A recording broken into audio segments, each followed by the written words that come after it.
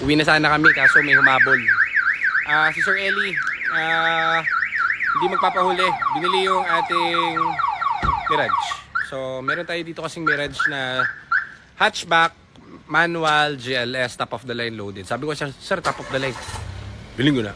Binili. So, pauwi na sana tayo eh. Pero ito, review natin para alam ni sir, meron silang onting insight doon sa unit na bibili niya. 2017 na new look, boy. Ganda. Pogi, oh. Actually, ito, wala tong kagas-gas-gas-gas. Makapal gulong. All stock. Tapos, naka-body kits lang to. Ganda, no? Pwede.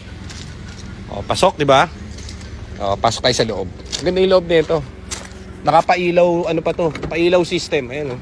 Pailaw system. Pa-plastic pa, boy. May bago. Sir Eli, winner ka rito. 72 lang tinakbo, untampered. In-OBD namin to and everything. Wala tong kahit anong error.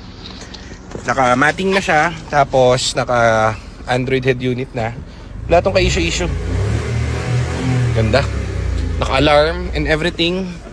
Ang bango, amoy birhen. Ang ganda. Okay siya. Okay na okay. So, buksan mo kay hood mark. HID. Basic. Syempre, basic. Push start na to. Tapos reverse cam. Naka-Android head unit and everything. So, humabal pa si sir.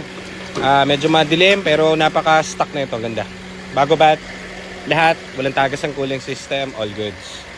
So yan, Sir Eli, ito yung unit mo. Mabuti at na-reservan mo agad ito dahil mabilis lang i-touch.